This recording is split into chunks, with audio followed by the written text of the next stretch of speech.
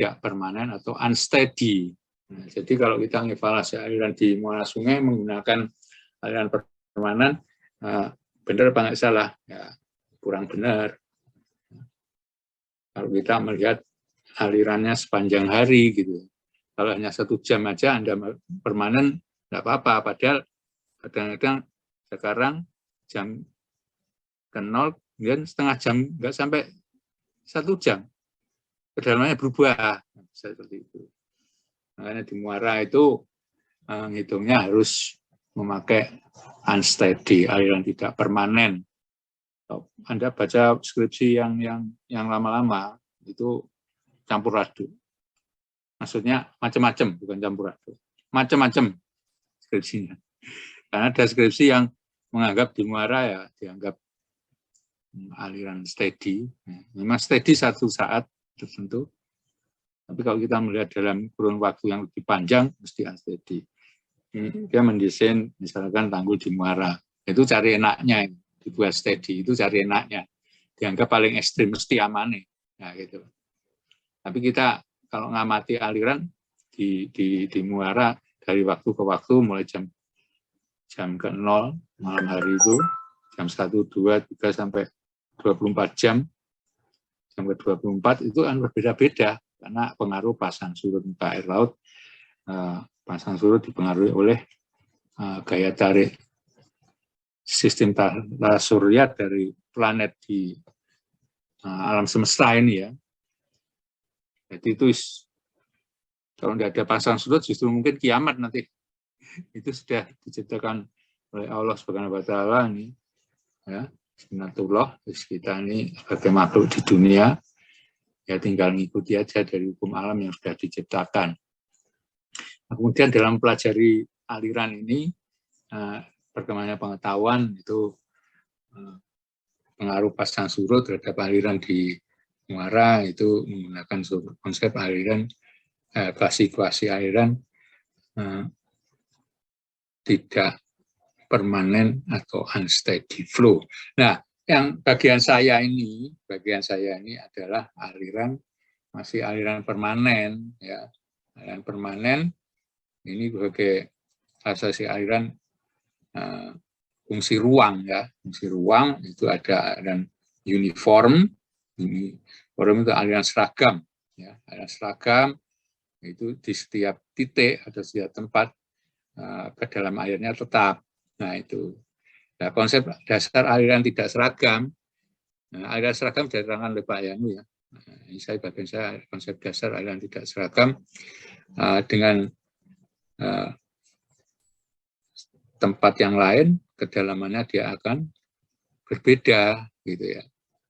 Contoh uniform flow misalnya kita merencanakan saluran irigasi itu kalau Anda desain tidak seragam ya tambah kacau nanti.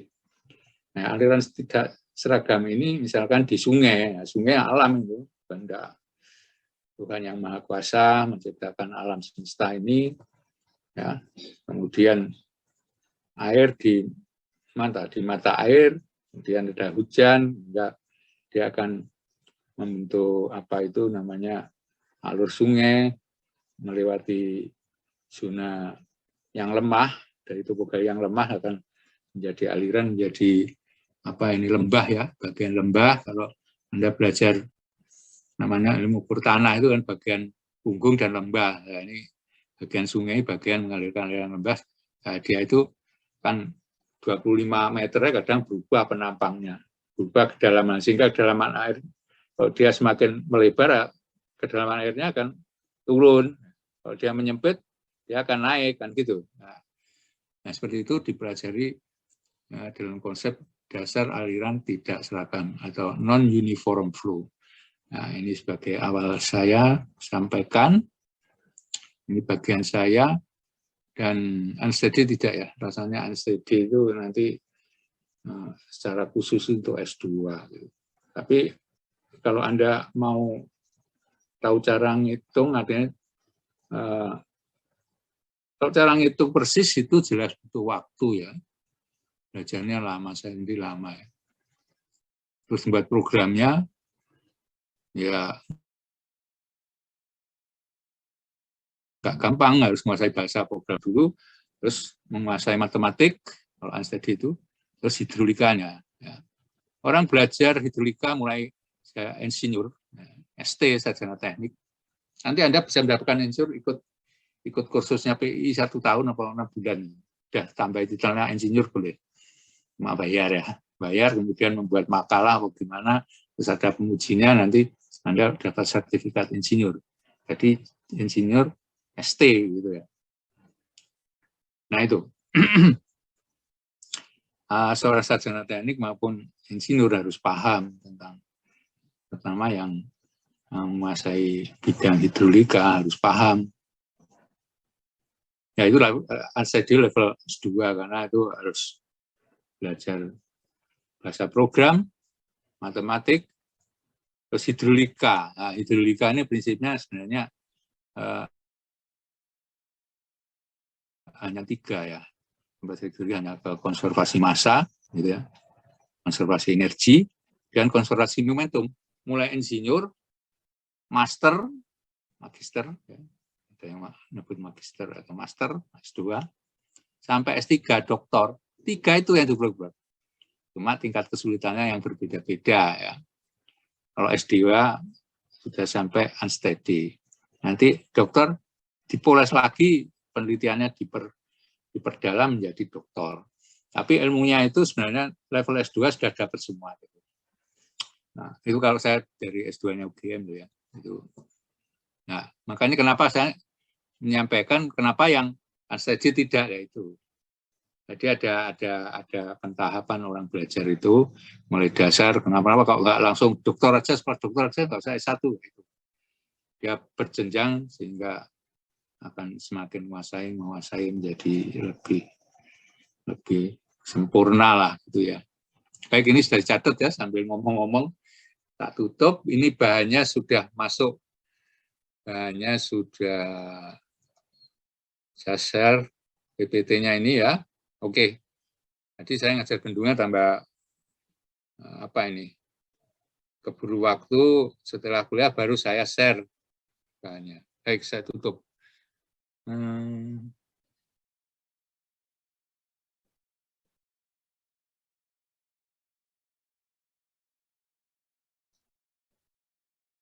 Saya akan memulai di sini.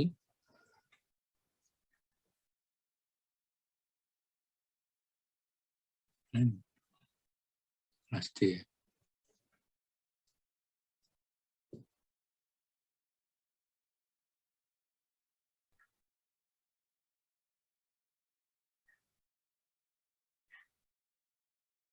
Ini baru ngajar bendungan, masih masuk sini.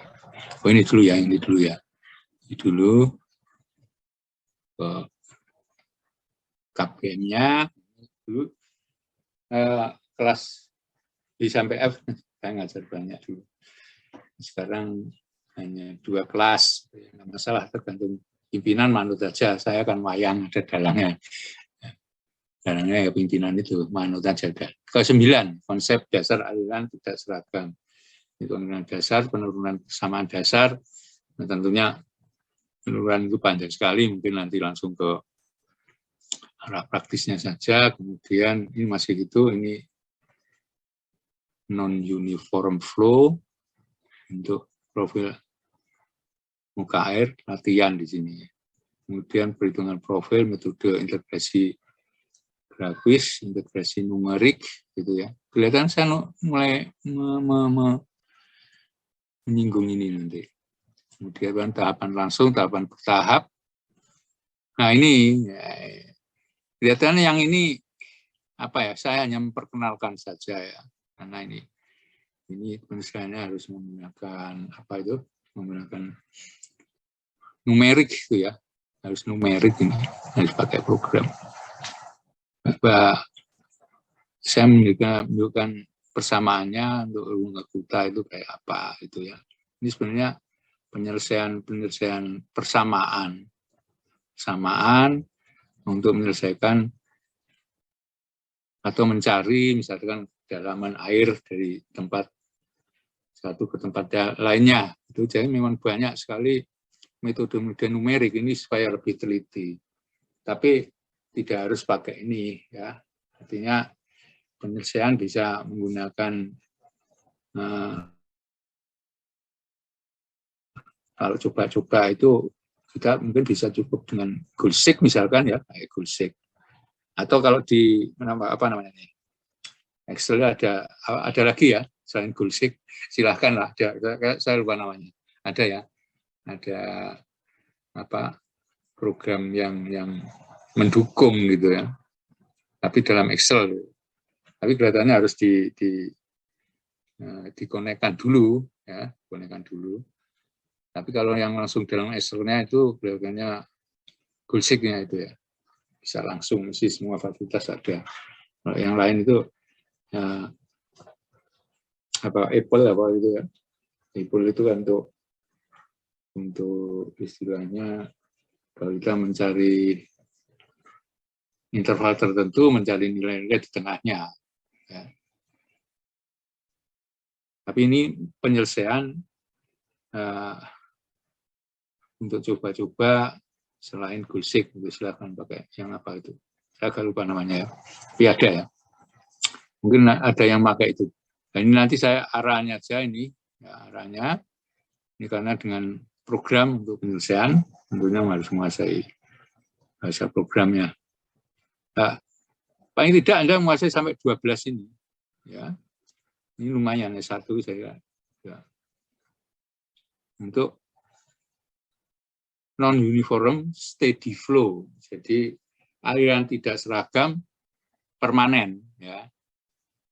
Nanti kalau tidak permanennya Anda bisa pakai program aplikasi ya. Mahasiswa banyak yang menggunakan itu ketika skripsi. Bukan mendapatkan dengan cara Anda membuat program sendiri, tapi sudah jadi aplikasi. Seperti Keras itu ya, Keras sekarang 5 apa 6 versinya banyak itu, Keras yang maju itu Anda tinggal pilih steady atau non unsteady, tinggal pilih. Unsteady ya dia sudah dari waktu ke waktu memunculkan mulai jam 1 malam, jam 2 sampai jam 24 jam itu bisa Anda di running akan tahu muka air itu terutama di muara gitu. Nah itu. Jadi Anda bisa, tapi nggak usah membuat program, karena membuat program itu pengalaman saya S2 itu lama. Itu pun masih sangat terbatas. Ya. Salurannya hanya melebar saja. Lalu sungai kan gimana?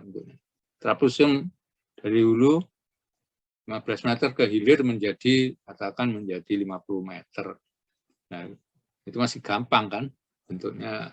Prismatis. Kalau non prismatis beli di sungai nggak karuan gitu, nah, itu harus disempurnakan bentuk dari input programnya itu. Sementara setelah lakukan buat program yaitu masuk bentuk trapezium dari lebar misalkan 20 meter ke hilir jadi 50 meter atau 75 meter, kemudian ada pasang surut di hilir, ya. Itu masih terbatas. Tapi yang aplikasi itu Anda tinggal pakai. Nah, dasar-dasarnya itu diberikan di S2, pengalaman saya. Nanti memang nggak harus semua di S1. Baik, ini saya stop share. Tugas saya untuk menyampaikan, kemudian ke materinya di sini. Mas ini. Minggu keempat.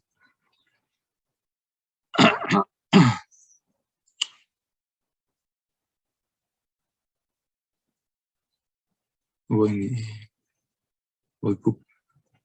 itu bendungan sorry.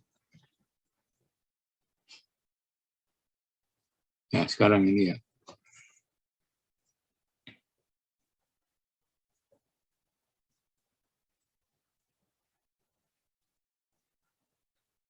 Jadi steady non-uniform flow, itu ya. Non-uniform flow sudah diterangkan Pak Janu ini. Itu ada gradually variable ini gradually variable itu berubahnya itu kalem ya, pelan-pelan itu ya. Kemudian rapidly itu cepat. Nah, cepat itu biasanya ada apa? Misalnya pada pintu dibuka, dulu kan ya nyemprot itu. Jadi ada aliran superkritis, kemudian ya ada loncatan air menjadi kritis, kemudian menjadi subkritis gitu ya, kan gitu. Dan cepat gitu ya. Saya kira Pak Yanus sudah memberikan suatu pemahaman dengan memberikan ilustrasi gambar itu. Ini berubah berangsur-angsur sehingga lengkung badan dapat dianggap merupakan garis lurus. Nah, itu.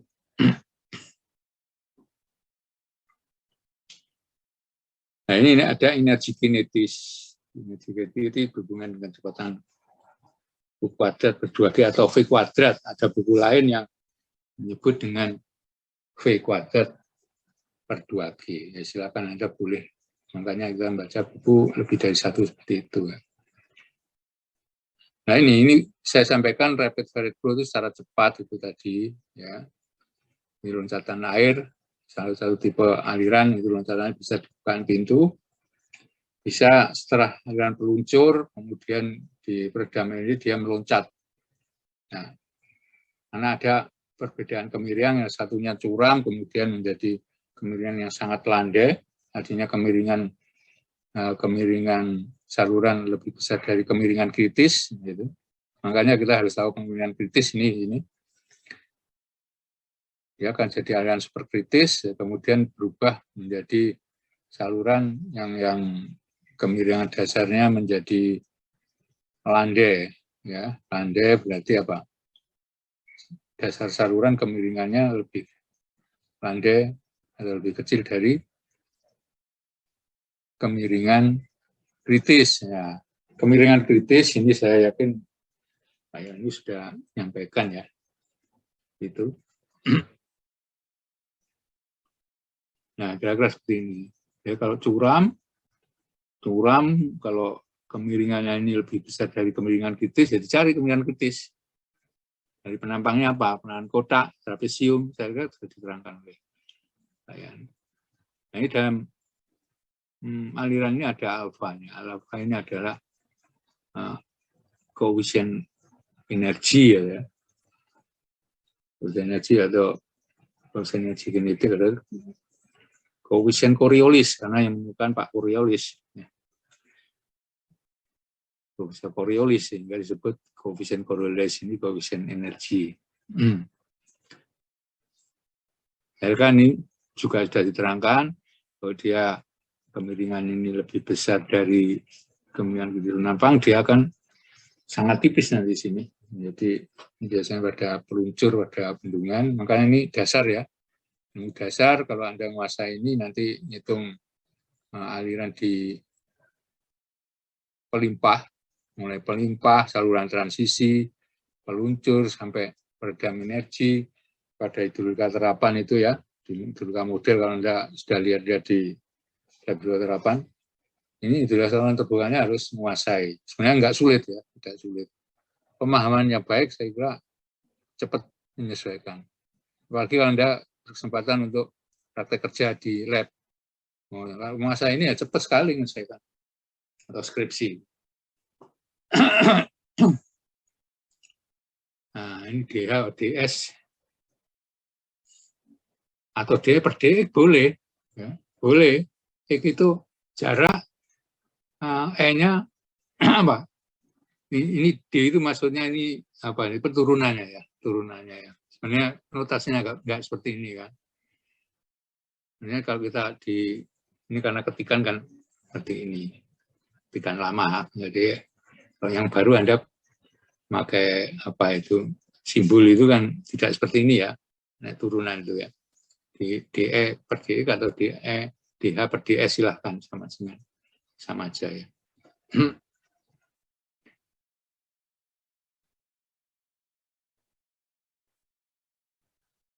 Jadi perubahan kedalaman setiap perubahan jarak itu sama dengan 0. Ini permanen beraturan.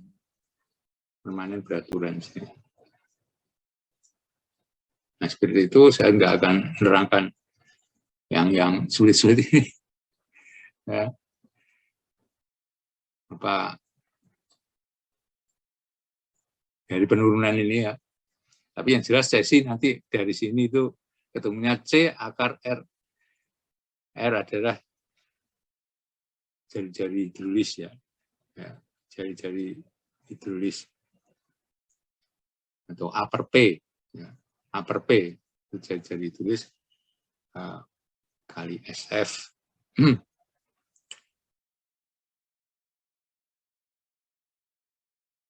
Karena ada rumus Manning.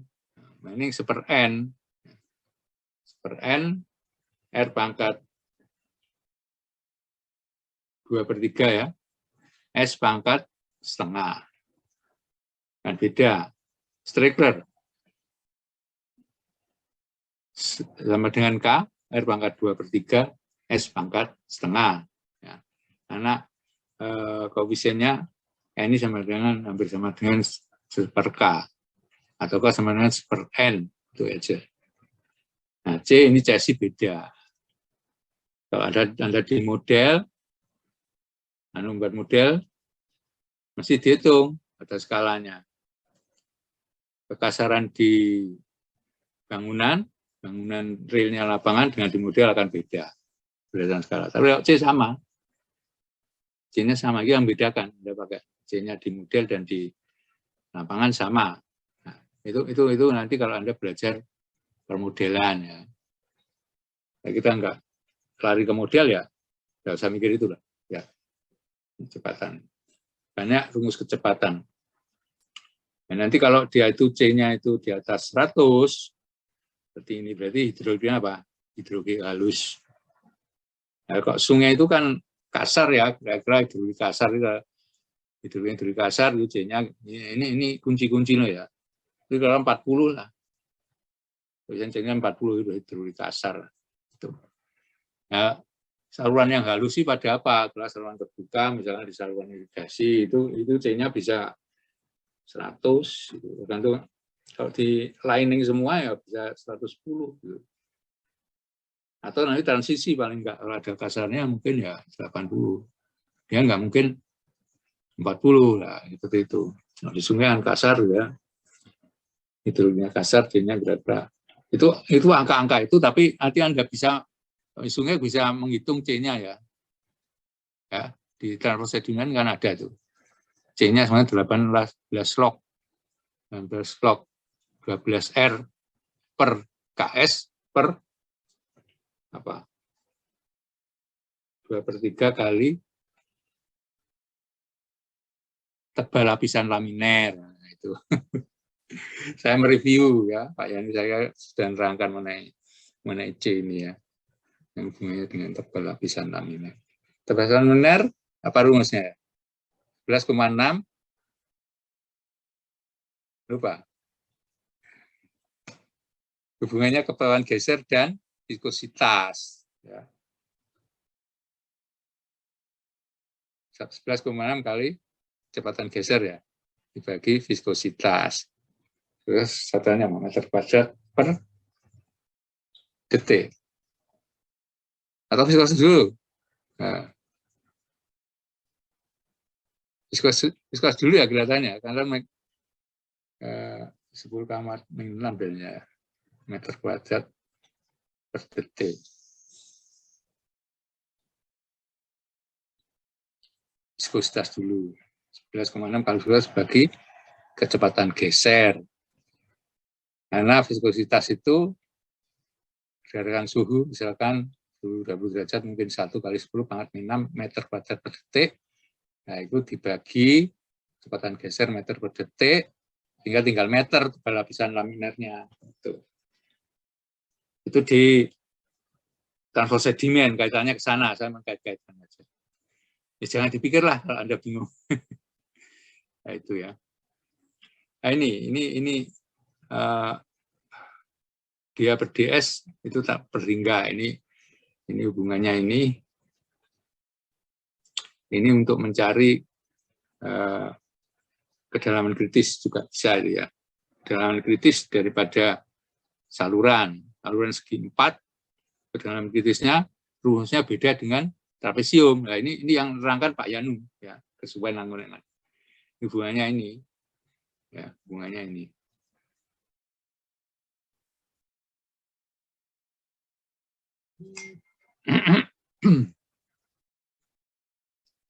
Dan seterusnya, ya.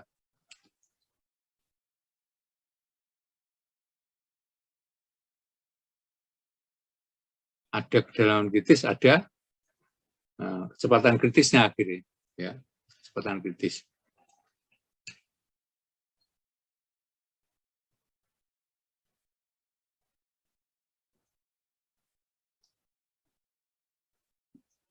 Anda langsung ke rumus saja daripada bingung-bingung, nanti saya kira sudah diterangkan yang rumus ini rumus ini saya kira sudah diterangkan Pak Yani untuk mencari kedalaman kritis berbagai bentuk saluran, kotak maupun trapesium. Bulat ya bisa saja, bulat ya bisa.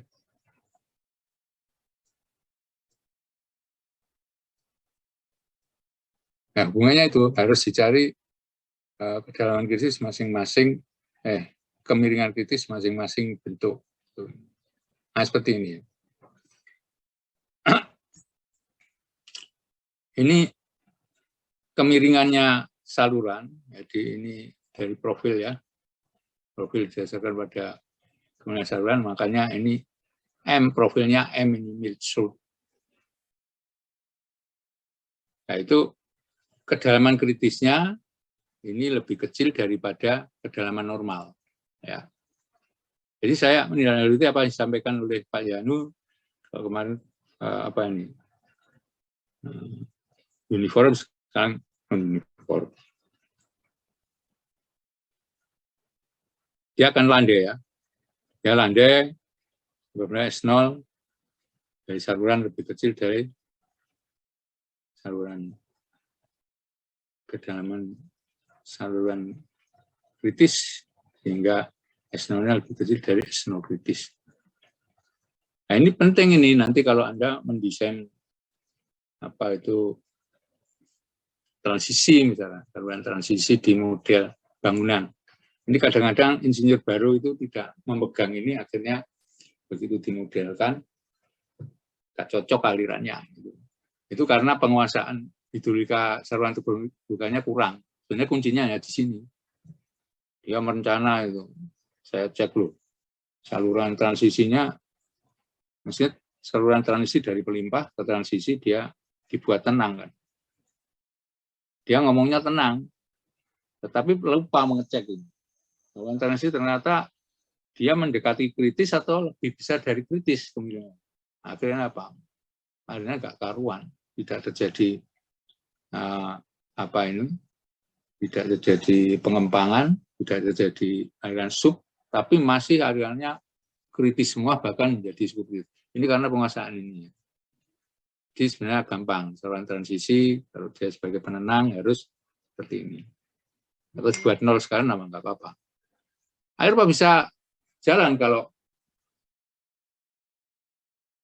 saluran datar? Ya bisa karena konservasi massa itu. Anda kasih massa, Anda grojokan lari.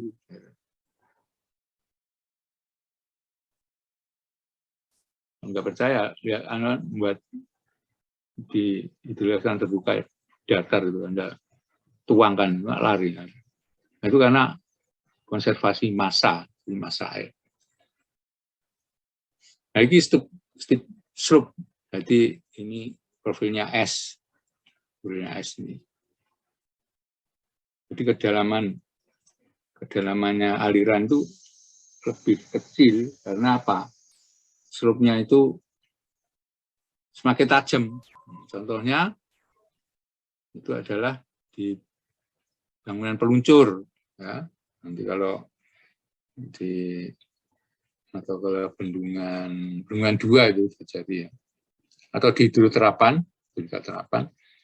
menjumpai peluncur yang dia kemiringan besar dari kemiringan kritis, akhirnya jadi tipis ini, kecepatannya tinggi, super kritis. Ya, super kritis, bilangan Freud-nya berapa? Lebih besar dari 1, ya, menurut saya. Kalau kritis, bilangan Freud-nya sama dengan 1. Kalau subkritis, bilang fraudnya lebih kecil dari 1. Nah, kalau ini jelas fraudnya besar. Karena kedalaman normal dia kencang sekali, karena aliran kencang, sehingga kedalaman normal semakin tipis, dia lebih rendah dari CDL. CDL singkatan. Critical depth level. Ya campur istilah asing, kita harus familiar.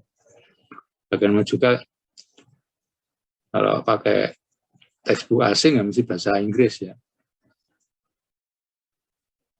Bahasa lain ada aja, Perancis, Jepang ada. Tapi yang kita yang mulai SMP sekarang SD bahkan kan bahasa Inggris yang dibaca. Itu. Nah, itu ya. Hati-hati di sini, simbol ini seperti C kuadrat ya. Tapi pada hitungan ini bukan tebal lapisan laminer, bukan ya. Pada tebal lapisan laminer tadi 11,6 kali viskositas kinematik bagi kecepatan geser. Kecepatan geser U bintang itu ya. Akar GRI itu. Jadi C sini hati-hati, makanya kalau Coriolis alfa hampir sama di buku-buku. Tapi kalau ini hati-hati, ini bukan tebal benar, tapi seperti C kuadrat. Nah ini untuk di A per DS. Jadi untuk rumus aliran tidak beraturan, aliran permanen tidak beraturan. Ya. Aliran permanen tidak beraturan.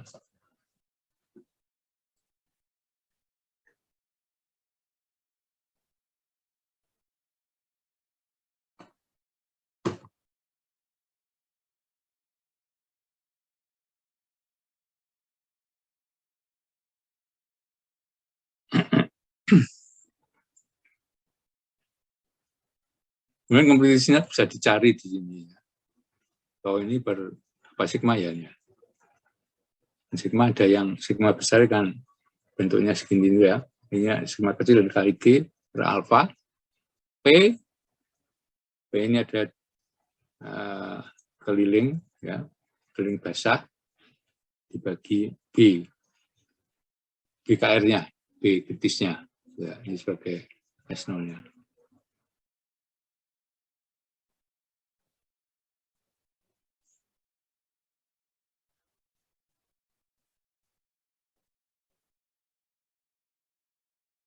Nah, ini apa ini? A kritis pangkat 3 sama dengan alfa G kuadrat per G. Ini bentuk kotak. Ya, ini bentuk kotak.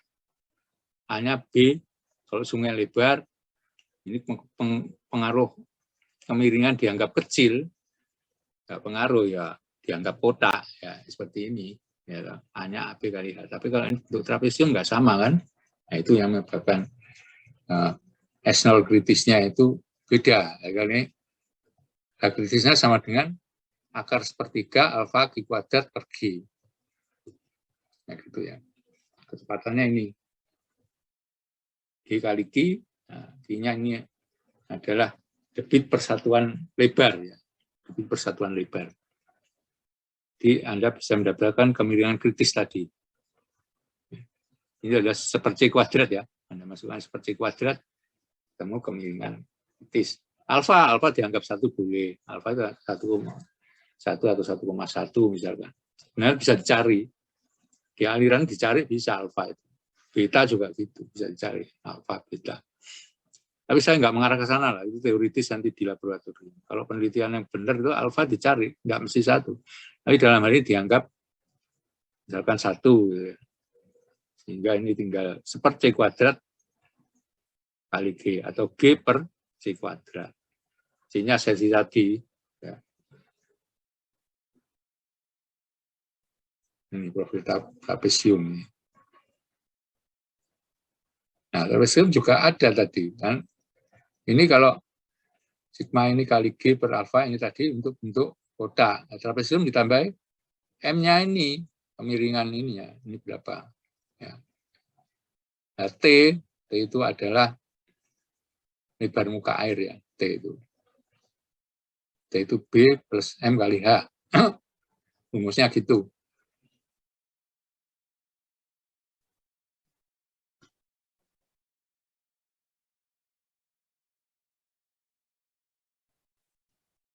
Apa hubungannya? T, lebar muka air adalah kedalaman hidrolik depth. Kedalaman hidrolik itu tidak sama dengan kedalaman air, kedalaman muka air. Ya, untuk trapesium, tapi T permukaan ini, A per T, luas ini, luas basahnya dibagi lebar muka air. Ya, itu hidrolik depth, kedalaman hidrolik.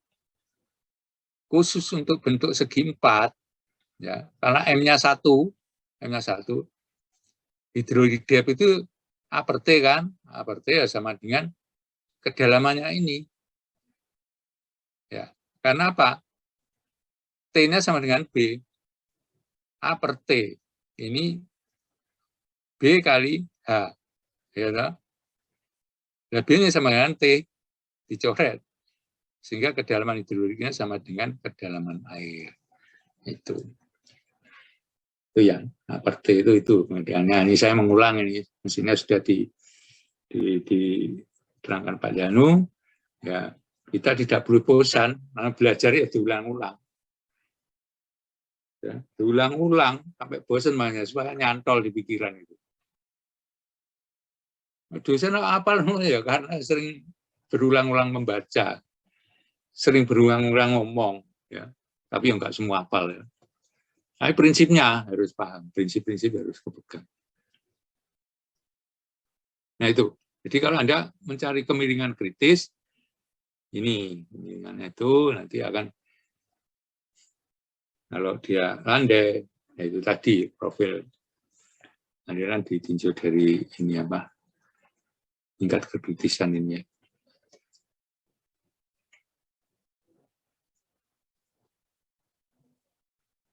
Nah, bentuk segitiga ada lagi, ini buku-buku ada ya. Anda nanti enggak apa itu,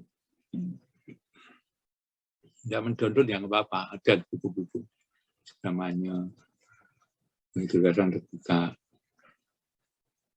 Pentecu ada banyak, Pentecu yang terjemahan juga ada ya, namanya terus apa lagi ya, banyak lah, Henderson, banyak literatur itu ya, tulisan terbuka sehingga tidak sulit.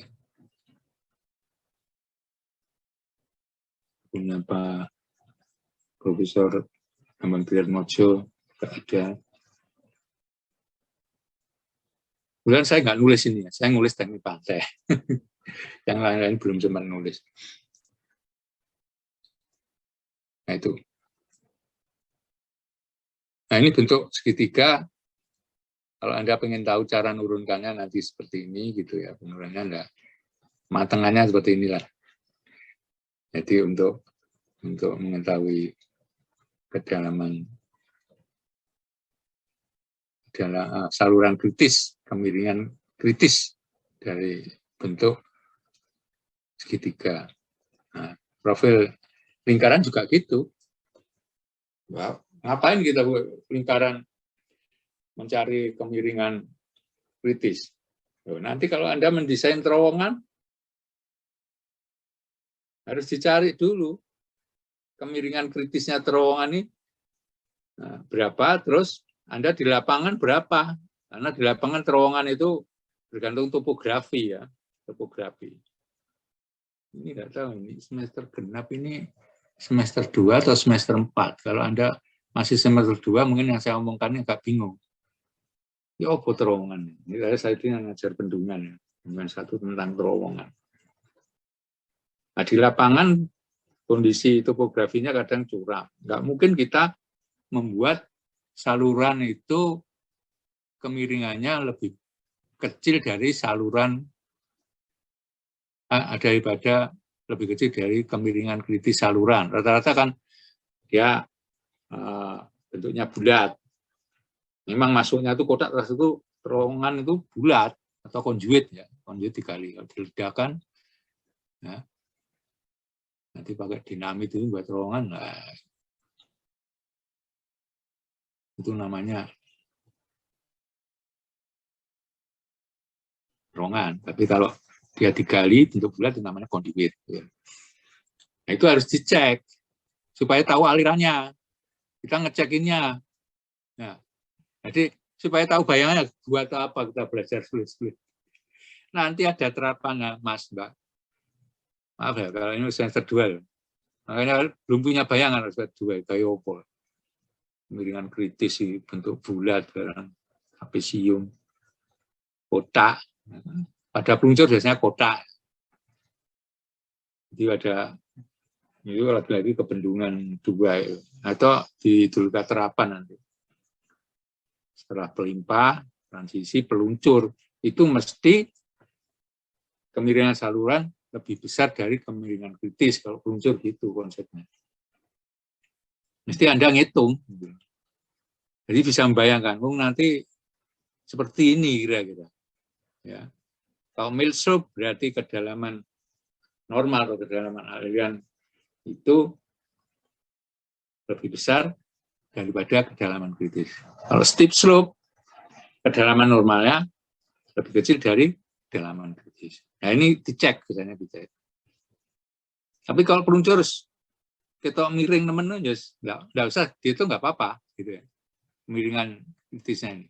Tapi kalau pada ini, pada terowongan atau konduit perlu ini, saya perlu, ya, perlu dicek karena bentuknya biasanya bulat, sehingga kita akan bisa memprediksi kira-kira alirannya seperti ini ya.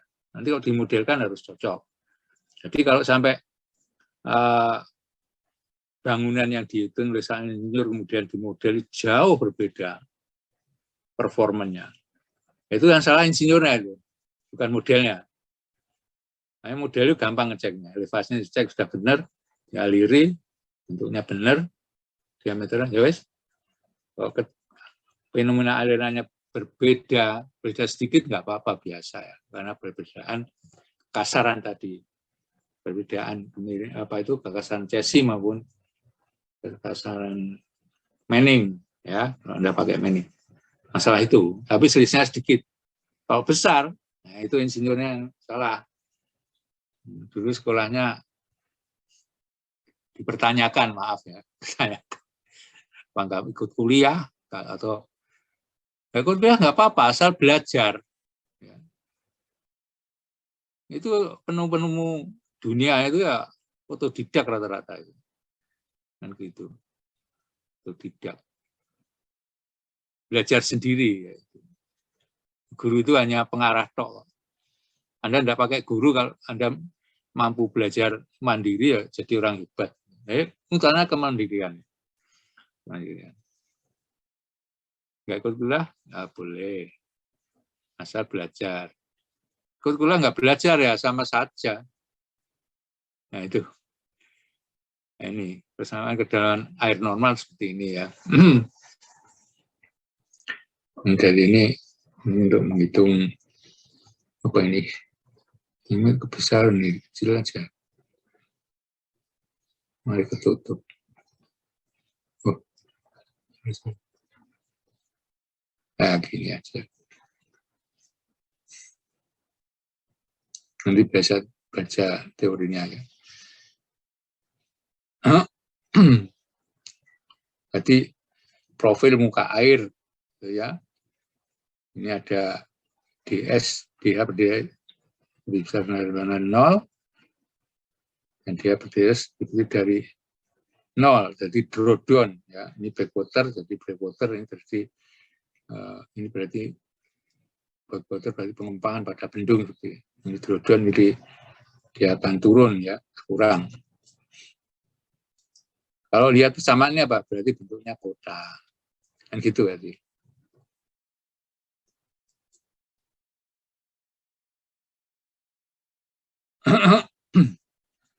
Itu tadi ya, itu ya. Nah, ini grid depth lain ya. Level ya sama, levelnya suatu apa ya, di bidang datar gitu ya. Tapi ini disebut grid depth lain boleh.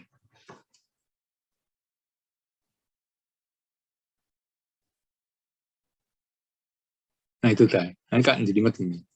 Apa dia perubahan kedalaman dibagi perubahan jarak lebih besar dari 0. Dia akan backwater. Jadi aliran balik.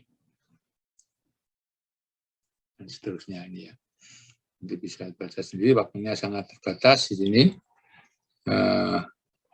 Kemudian aliran kritis bagaimana ini? Aliran kritis, subkritis.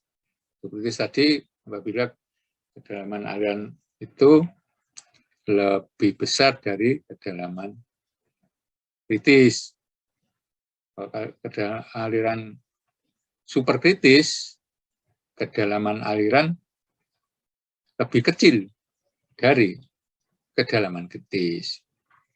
Tetapi slope-nya lebih besar daripada slope kritis. Ya, itu ya kira-kira. Kelihatan kan bingung, nggak usah bingung. Lihat aliran ya ini dari sini ini. Nah, ini DL, kemudian MDL seperti ini. Ya, kalau di sini nanti dari subkritis, kalau pas ini kritis, kalau di bawah ini jadi superkritis. Itu aja dari gambar aja. Jadi gambar itu lebih apa ya, lebih enak lah kita membayangkan. Nah, kira-kira gini. Horizontal slope itu tuh. Ya, tetap mengalir karena aliran massa. Anda belajar juga aliran massa, ya, konservasi massa, konservasi energi dan momentum. Nah, momentum itu nanti kalau Anda pakai unsteady ya momentum kepakai, ya momentum.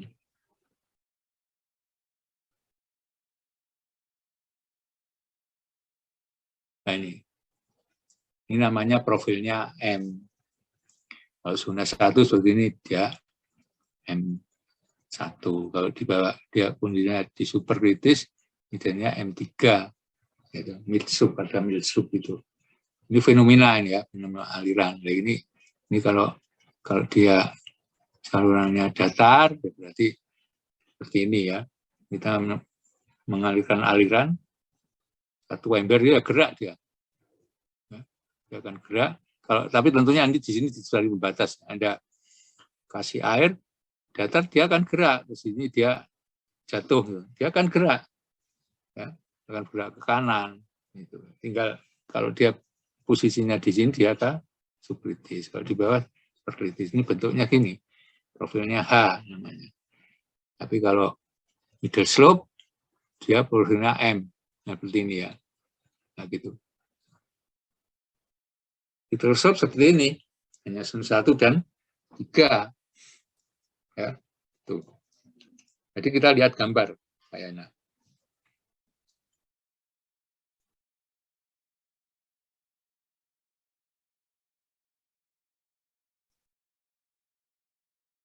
Ini steep slope tadi. S. Nah, tinggal menyesuaikan ini.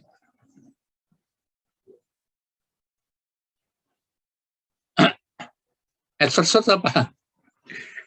Nah, slope-nya negatif itu tadi. Miringnya negatif. Kalau antara sisi bisa aja seperti itu. Ya. Tadi S0, 0. Ada S0-nya lebih kecil dari S kritis. Jadi 0 berarti kebalik. Ini ada aliran, tapi ini kebalik miringnya. Yaitu S versus.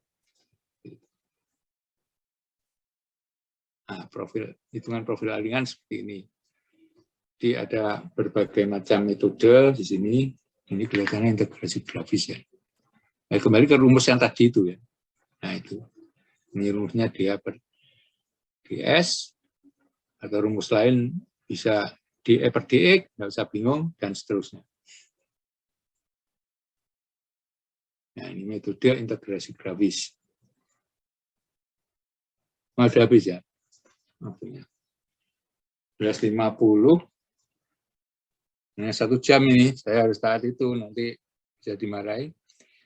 Contoh soal ini saya terangkan lagi, tolong dibaca. Ini ada contohnya ya, ini integrasi garis seperti ini. Nah, ini ada contohnya, tolong saya beritahu. Ini bentuk trapesium, ini hitungannya, ini ada kesalahan. Tapi ini saya beritahu. Karena ini per ini, ya kan? Ini per ini 10-nya 10 pangkat min 4 plus. Jadi 1,09 kali 10 pangkat 4. Karena Anda bisa nyoba nanti di Excel di rumah ya. Kalau ke ujian gimana? Nah ini bagian saya ini kan ya mesinnya harus pakai Excel, tapi kalau ujian kan nggak boleh pakai Excel. Paling saya suruh ngitung 2 titik itu aja. Ngitung 2 titik, nggak sampai sebanyak itu. Yang penting Anda ngerti caranya. Ya.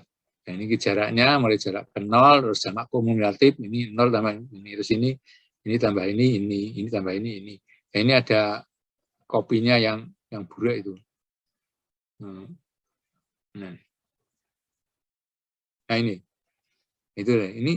positif ya, 10 pangkat plus 4. Karena ini per ini, A per B, gitu ya, nggak usah bingung. Kemudian ini SF, dan seterusnya. Ini S0 min SF, kan gitu ya. Ini perlu perbesar, nanti Anda perbesar sendiri. Alfa per sigma kuat, si kuadrat ya. Enggak jelas. Ini ada.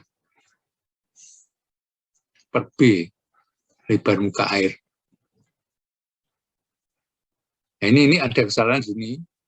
Nah, ini jelasnya yang atas ini. Yang atas ini.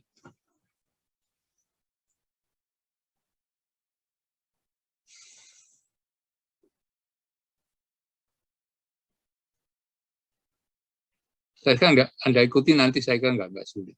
Cuma ini plus ya. Plus 4 itu aja. Nanti bisa bertanya lagi minggu depan sebelum saya melanjutkan ke materi berikutnya. Ini saya sudah lebih dari 5 menit, khawatir kalau tahu mati ya. Matikan dari pusatnya sana. Baik, sementara saya tidak membuka diskusi karena melebihi waktu ini. Kalau normatif lebih dari 1 jam gitu ya, lebih dari 1 jam, sehingga kita bisa ada waktu untuk diskusi. Jadi minggu depan boleh bertanya ini.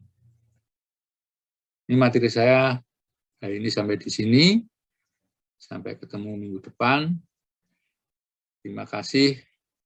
Assalamualaikum warahmatullahi wabarakatuh. Waalaikumsalam warahmatullahi wabarakatuh. Terima kasih, Pak. Terima kasih.